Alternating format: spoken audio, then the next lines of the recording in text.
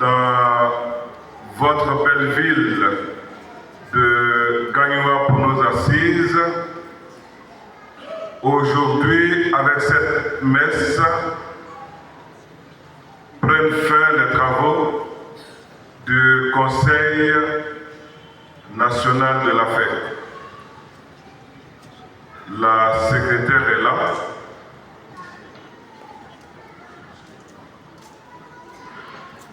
Elle va nous donner le communiqué final de notre Conseil national.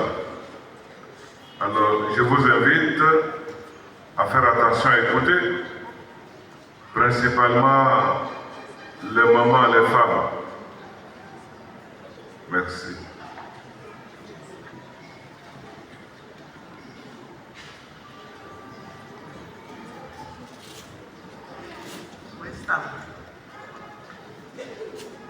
Monseigneur Louis-Joseph Zeyat, révérend Père, révérende sœur, chers frères et sœurs, bonjour. Je suis Christine Goku, secrétaire générale adjointe de l'AFEC.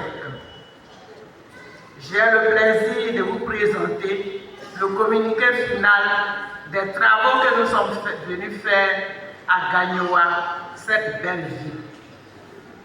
Du 20 au 22 février 2026, s'est tenu à Gagnoua, au centre Emmaüs, le 21e Conseil national de l'Association des femmes de l'Église catholique AFEC.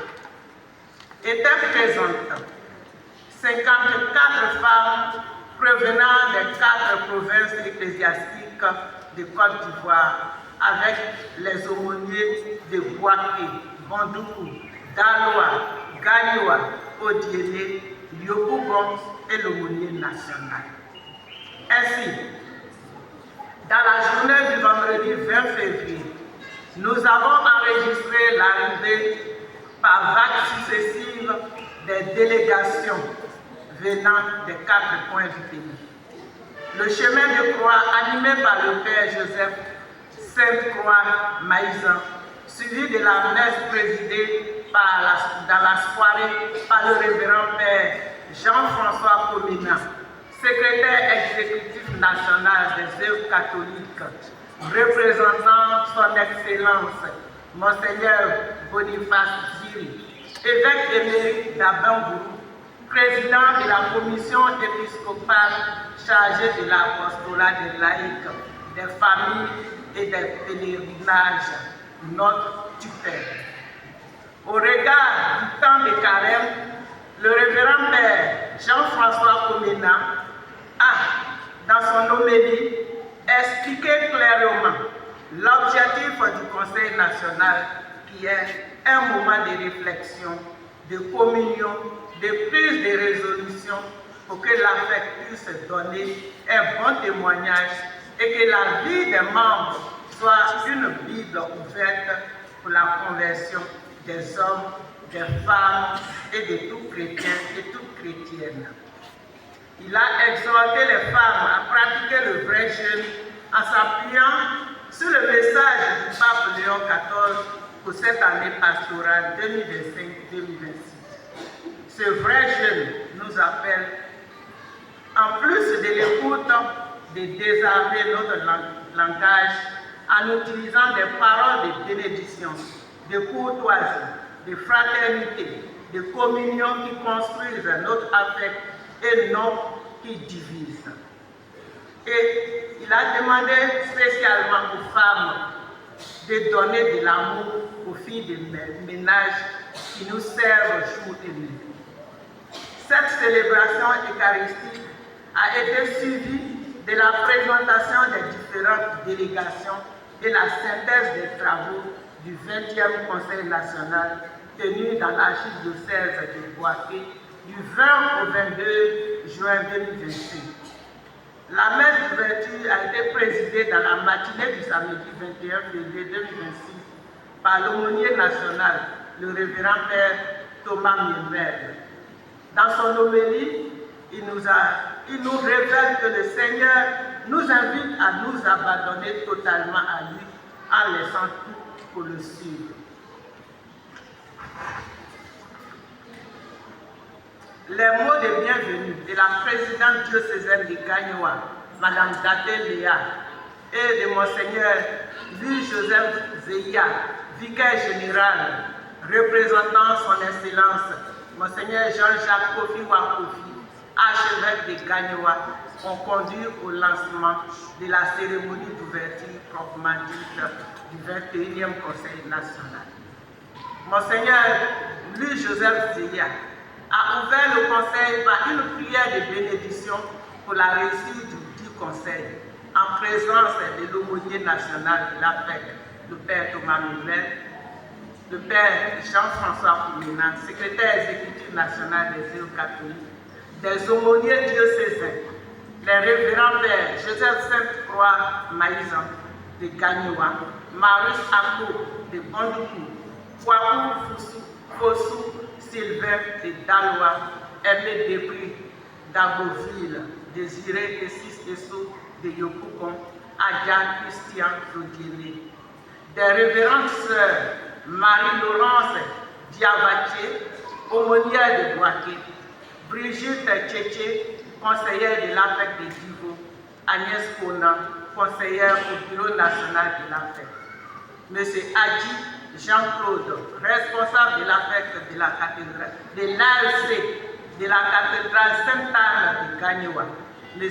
Joël Austin, représentant du bureau diocésain de la coordination du renouveau charismatique, et de Mme Amani Léontine, représentante des Amis du Très Saint-Sacrement. Après l'ouverture, le révérend Père Thomas Mouvel, aumônier national, a donné un enseignement sur le thème « Éducation et renforcement des capacités des femmes catholiques ».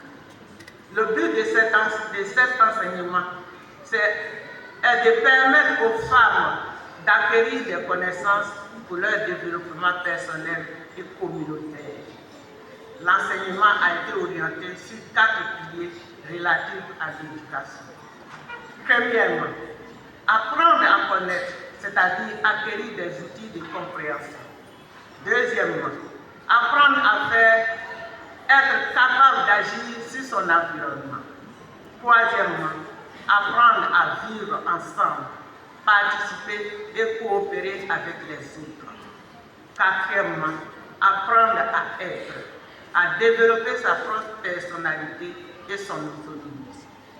Quant au renforcement des capacités, il répond à la question de la promotion de l'épanouissement et de l'engagement des femmes catholiques. Il s'agit de faire la formation théologique, spirituelle et humaine, offrir des programmes de formation, avoir des personnes ressources auxquelles se référer en cas de besoin, proposer des formations en leadership et communication, soutenir les initiatives des femmes de l'Église catholique, identifier les besoins en renforcement des capacités et renforcer effectivement les dites capacités. À la suite de l'enseignement, les participants ont été envoyés en atelier pour répondre à une série de questions par province, telles que quelles sont les attentes des femmes? Quelle stratégie mettre en place pour arriver à un compendium de compétences au sein de la fête? Quelle formation concrète nous faut-il pour le renforcement des capacités? Quel réseau et partenariat créer pour soutenir l'initiative des femmes? Conformément au terme de l'année pastorale, quelle est la contribution de l'AFEC dans l'autonomisation de la femme? Une délégation de l'ambassade d'Israël en Côte d'Ivoire s'est entretenue avec tous les membres du Conseil en vue de tisser un partenariat. À la suite, tous les participants ont été conviés à un planting d'arbres sous la conduite des éléments du cantonnement des eaux de forêt de Gagnoa. En fin de journée, les présidents diocésaines Les différentes commissions et le bureau national ont présenté leur rapport d'activité à mi-parcours, suivi d'une discussion et de résolutions.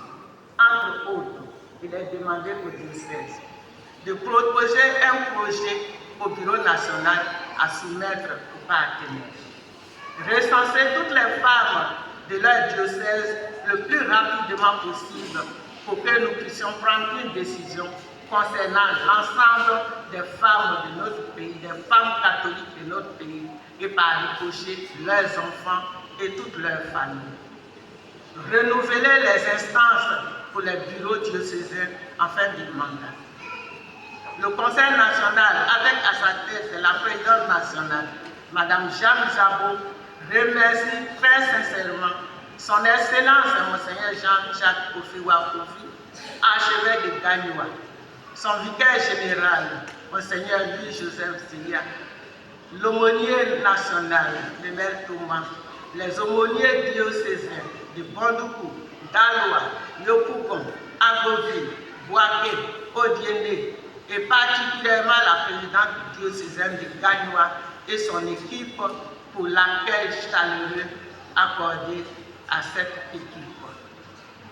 Elle remercie également le Père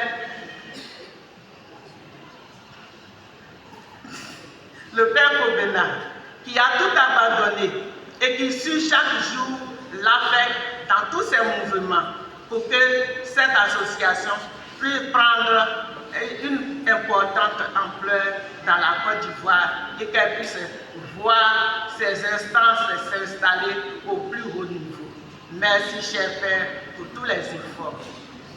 La messe de clôture présidée par Monseigneur Louis-Joseph Seya, vicaire général, a eu lieu à la cathédrale Sainte-Anne de Gagnoua le dimanche 22 février 2026. Le prochain Conseil national se tiendra du 24 au 26 juin 2026 dans l'archidiocèse d'Abidjan, fait à Gagnoua le 22 février 2026 pour le Conseil national du secrétariat général. Je vous remercie.